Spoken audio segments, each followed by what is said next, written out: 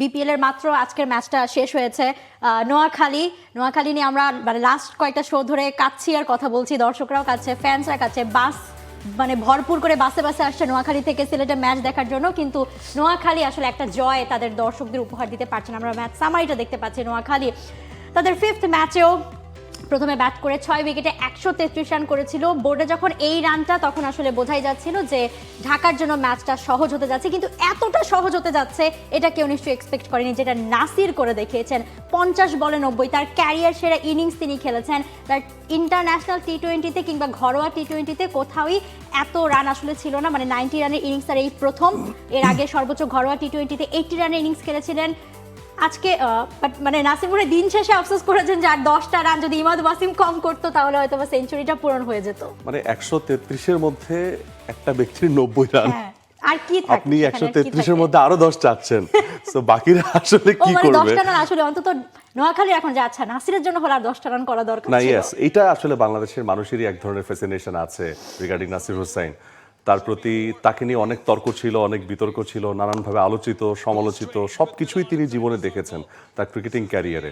কিন্তু এর মধ্যেও বাংলাদেশের মানুষ নাসির যখন ভালো খেলেন, ভালো করেন, তখন সেটাকে তারা আসলে সেলিব্রেট করেন। আজকেও তার ব্যতিক্রম নয়। প্রায় সেঞ্চুরি দ্বার প্রান্তে পৌঁছে গিয়েছিলেন, যেটা খানিক্ষণ আগে আপনি বলছিলেন যে তার ক্যারিয়ার বেস্ট অন্তত টি20 ফর্মেটে। সো আর 10টা রান হলে হয়তো বা অন্যরকম হতে পারতো, বাট 133 এর মধ্যে 90, সেটাও আমার কাছে অনেক অবাকই লাগছে। এবং কি অসাধারণ শটসগুলো তিনি প্রডিউস করেছে আপনি দেখেন। ডাউন দ্য উইকেটে এসছেন, রুম বানিয়ে খেলেছেন, পুরো 360 ডিগ্রি কিন্তু তাকে আমরা ব্যাট করতে দেখেছি। অর্থাৎ নাসির হোসেন ফুরিয়ে যাননি বা নাসিররা ফুরিয়ে যান না, সেই মেসেজটাই কিন্তু তিনি আসলে মাঠ থেকে দিয়েছেন। সো নোয়াখালী এক্সপ্রেসের জন্য আমার একটু বেশি খারাপ লাগে, বিশেষ করে আমার সহকর্মী এমিলের কথা যখন মনে হয় তখন আমার বেশি খারাপ লাগে। রিফাত এমিলকে কানেক্ট করে খুব ভালো লাগতো যে কেমন লাগে আসলে টানা 5 ম্যাচ হারালে। আচ্ছা, নাবিল কাসারের বাড়ি কই? আর নাবিল কাসার, আপনি শুনতে পাচ্ছেন আমাদেরকে? আচ্ছা, নাবিল কাসার, আপনার বাড়ি তো নোয়াখালী না? না, আমার বাড়ি কুমিল্লা। ও, আপনাকে ওয়েলকাম করছি। এবং সিলেটের সবকিছুই আপনার কাছ থেকে জানবো। যে ম্যাচটা হয়ে গেল সেখানে নাসিরের পারফরমেন্স নিয়ে দর্শকদের উচ্ছ্বাসটা কেমন দেখলেন, এবং নোয়াখালী আবারও কিন্তু তারা হতাশায় নিমজ্জিত করলো। এই দলটা বিপিএলে আসার আগে যে ধরনের বাজ ক্রিয়েট হয়েছিল যে নোয়াখালী আসছে বিপিএলে, বা নোয়াখালী আসলে অন্যরকম একটা উন্মাদনা থাকবে, গ্যালারির উন্মাদনা আমরা দেখেছি, মাঠের উন্মাদনা তো আসলে দেখিনি। এই ম্যাচটা নিয়ে বলবেন, ফলোড বাই নেক্সট ম্যাচ নিয়ে আপনার কাছ থেকে শুনবো।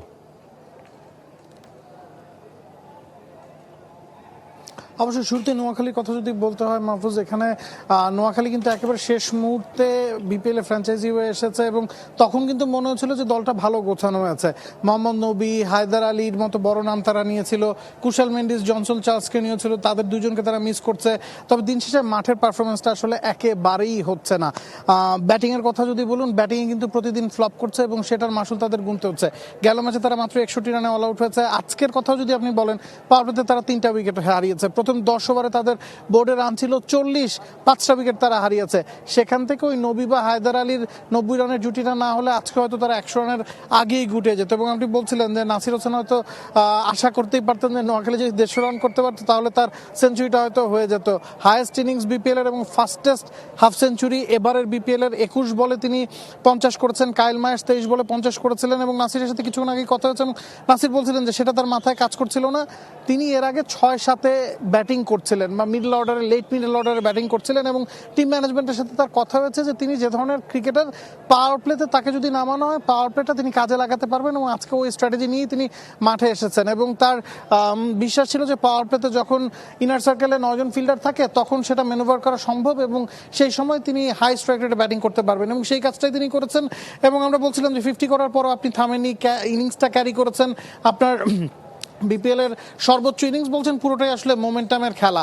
স্কোরবোর্ড প্রেশার একেবারেই ছিল না, টার্গেটটা 130-এর ঘরে ছিল।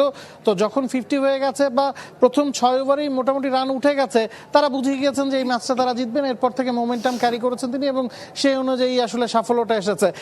2টা জয় এখন পর্যন্ত ঢাকা ক্যাপিটালসের, এবং তারাও ব্যাক করছে। আজকে কিন্তু একটা খুব ক্রুশাল বিষয় হয়তো আমরা মিস করে যাচ্ছি, যে সাইফ হাসান যিনি জাতীয় দলের ক্যাপ্টেন, তাকে কিন্তু আজকের ম্যাচে ঢাকা ক্যাপিটালস খেলায়নি। তিনি ফর্মে ছিলেন না, তার ফর্ম নিয়ে কথাবার্তা হচ্ছিল এবং আজকে তাকে ড্রপ করা হয়েছে। এটা একটা চিন্তার বিষয় জাতীয় দলের পার্সপেক্টিভ থেকে।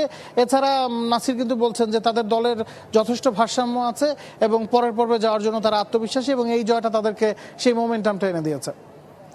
নাসির ড্রপ করার কথা বলছিলেন সাইফ হাসানের, সাইফের ড্রপের কারণেই কিন্তু নাসির আজকে আসলে ওপর দিকে খেলতে পেরেছে এবং তিনে নেমে তিনি যে ইনিংসটা আজকে খেলেছেন, মানে 18 লাখ বেস প্রাইসে তাকে দলে নিয়েছিল ঢাকা ক্যাপিটাল। সাব্বির, আমরা নাসির সাব্বির নিয়ে সবসময় কথা বলে থাকি যে এই দুটো নামের মানে খেলুক বা না খেলুক বা মানে ম্যাচ উইনিং ইনিংস না থাকুক, তারপর এদের ক্রেজ কমে না দর্শকদের, মানে প্রত্যেক আপনি ফ্রিতে দেখবেন যে নাসির সাব্বির নিয়ে মানে কমেন্ট থাকেই। সো মানে আজকে নাসির সেটা আবারও করে দেখালেন। নাবিল কায়সার, আমি একটু আসলে জানতে চাই যে নোয়াখালী কি মিশন নিয়েই নেমেছে যে হারবে? মানে নোয়াখালীর কারোর সাথে নিশ্চয়ই কথা হয়েছে, মানে সমস্যাটা কি? আমরা লাস্ট শোতে রাহুল বলছিলেন যে অনেক প্লেয়ারে আসলে জুতায় অনেক কিছু লিখে নামেন, চিরকুট নিয়ে নামেন যে আজকে আমি এটা করব। নোয়াখালী কি মানে এরকম টার্গেট নিয়ে নামে যে হারবো আর যাবো? নাবিল কায়সারের ইঙ্গিত দেখে যেটা বুঝতে পারছি তিনি আসলে শুনতে পাননি। নাবিল কায়সার, আপনি যদি শুনতে পান এই মুহূর্তে আমাদের কনভারসেশন, তাহলে আবারও একটু আপনি যেভাবে ইঙ্গিত দিয়ে বুঝিয়েছেন শুনতে পাননি, সেভাবে একটু ইঙ্গিত দিয়ে বুঝাবেন যে শুনতে পাচ্ছেন। নাকি সাইন ল্যাঙ্গুয়েজেই পুরোটা শেষ করে দিব? তিনি অবশ্য আমাদেরকে দেখতে পাচ্ছেন না, না হয় আমরাও একটু সাইন ল্যাঙ্গুয়েজে তাকে প্রশ্নটা করতে পারতাম। তো আমরা তবে আমরা সিলেটে আমরা যেরকম মোটামুটি নাবিল কায়সারের আশপাশে দৃশ্য দেখলাম, ঢাকাও কিন্তু আজকে আমরা কিছুটা রোদ দেখেছি, সিলেটও কিন্তু আজকে ওরকম মনে হয়নি যে কুয়াশাচ্ছন্ন সিলেট আমরা অন্য সময় যেটা দেখি সেটা কিন্তু মনে হয়নি। আমরা নোয়াখালী এবং ঢাকা নিয়ে তো আসলে কথা হচ্ছিল, বাট পরের ম্যাচটাতেও যদি আমরা ফোকাস দিই, সিলেট এবং চট্টগ্রাম রয়্যালস একটা ভালো ম্যাচ কিন্তু হতে যাচ্ছে, কারণ দুই দলেরই কিন্তু পয়েন্ট 6। সো সিলেট 6টা ম্যাচ খেলেছে, 5টা ম্যাচ খেলেছে চট্টগ্রাম। সো সিলেটের জন্য কিন্তু এটা আমার কাছে মনে হয় যে তারা অবশ্যই এই ম্যাচটা জিততে চাইবে, অন্তত পয়েন্ট বাড়িয়ে পয়েন্ট টেবিলের 2-এ আসার একটা সুযোগ তাদের রয়েছে। সো হোস্ট হিসাবে অর্থাৎ সিলেটবাসী কিন্তু অন্তত তাদেরকে নাম্বার 2-তে দেখতে পেলে ভালোই লাগবে সিলেটবাসীর কাছে। They will be excited as well. একদমই তাই। এবং পয়েন্ট টেবিলের 2 আর 3-এর ম্যাচ যখন মানে 4-5-এর বা 5-6 কিংবা 2-3 মানে পরপর একসাথে ম্যাচ হলে তাদের কিন্তু ম্যাচগুলো এমনিতেই এক্সাইটিং হয়। এবং যেহেতু এই মুহূর্তে পয়েন্টে তারা সমান জায়গায় রয়েছে, সিলেট আবার একটা ম্যাচও খেলেছে, আর ম্যাচটা যেহেতু চট্টগ্রামের সাথে, নাইম শেখেরও মানে একটা দুর্দান্ত ইনিংস দেখার জন্য নিশ্চয়ই দর্শকরা অপেক্ষা করবে। দেখেন, আমার মনে হয় যে সিলেটের ম্যাচ হবে, সিলেটের ফ্যানরা তো অপেক্ষা করবেই, সিলেট ভালো খেলবে, ম্যাচ জিতবে, কিন্তু আমার মনে হয় যে নাইম শেখ যেভাবে আসলে খেলেন এবং তার সঙ্গে এখন অ্যাডাম রসিংটন, যেই পেয়ারটা তারা তৈরি করেছেন, ওপেনিং পেয়ারটা তাদের দুজনের, আমার মনে হয় যে এই কম্বিনেশনটা, এই পেয়ারটা দেখতেও সিলেটের দর্শকরা মুখিয়ে থাকবে। না, অ্যাবসলিউটলি। এবং সেটা আসলে কতটুকু এই জায়গাতে তাদের আজকের প্রস্তুতি দুই দলের কেমন আছে সেটা আমরা আবারও নাবিল কায়সারের কাছ থেকে জানতে চাইবো। He is back again. I think এবার আর সাইড ল্যাঙ্গুয়েজে কথা বলতে হবে না, হি উইল রেসপন্ড। খানিকক্ষণ আগে মৌ যেটা বলছিলেন, মৌ আমার কাছে মনে হয় আপনি সেই প্রশ্নটা যদি একটু আরেকবার করেন যে তারা কি আসলে, আমি তখন যেটা শুনতে পারিনি, আমি বলছিলাম যে আসলে নোয়াখালী কি মিশন নিয়েই নামছে কিনা যে তারা হারবেই, যে অনেক প্লেয়াররা যে জুতায় লেখে নামে, পকেটে চিরকুট নিয়ে নামে যে আমি আজকে এই টার্গেট নিয়ে নামছি, এটা করব। নোয়াখালী কি আসলে এমন কিছু করছে কিনা যে তারাও চিরকুট বা জুতায় লিখে নামছে কিনা যে আমরা হারবো আর ব্যাক করব?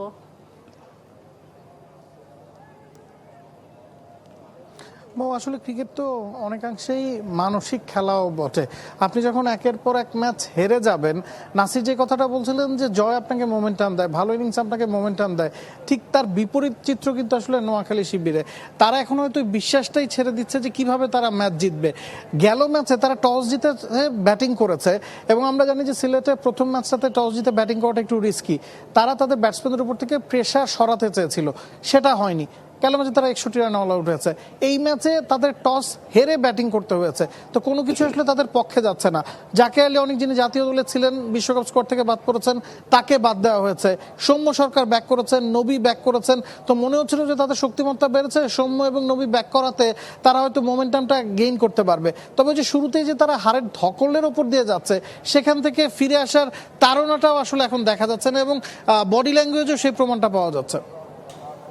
রাইট। এবং আমরা পরের ম্যাচটা নিয়ে আপনার কাছ থেকে যদি একটু জানি, সিলেট চট্টগ্রাম দুই দলেরই পয়েন্ট আসলে সমান, এখান থেকে সিলেটের সুযোগ রয়েছে নিজেদের জেলায় যেহেতু আসলে খেলাটা হচ্ছে, সে দর্শকদেরকে বাড়তি কিছু দেওয়ার। So do you find anything like that যে সিলেট আজকে চট্টগ্রামের চাইতেও অন্তত বেটার পারফরমেন্স কিছু তারা মাঠে দেখাতে পারবে? What do you think?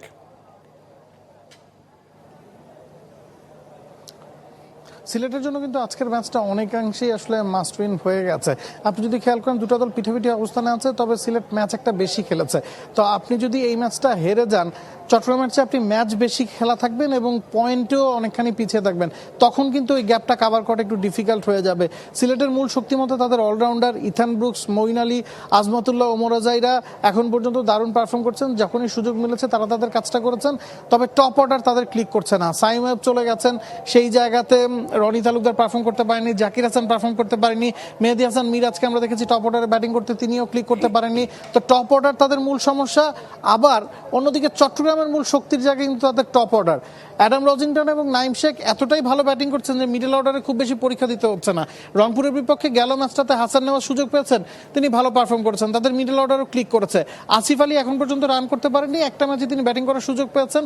তো এক জায়গায় সিলেটের শক্তি তাদের মিডল অর্ডার, আবার চট্টগ্রামের শক্তি কিন্তু তাদের টপ অর্ডার। নাইম শেখ এবং রজিংটন দুজনকে যদি শুরুতে ফিরিয়ে দেওয়া যায়, সেক্ষেত্রে কিন্তু চট্টগ্রামের উপর চাপ তৈরি করা সম্ভব।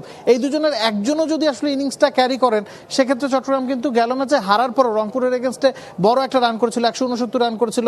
তো সে ধরনের ফাইটিং স্কোর কিন্তু তারা জমা করে ফেলবে। এবং বোলিং ডিপার্টমেন্ট দু দলেরই আসলে ভারসাম্যপূর্ণ, দু দলেরই তিনজন করে প্রপার পেসার আছে, দুজন করে স্পিনার আছে।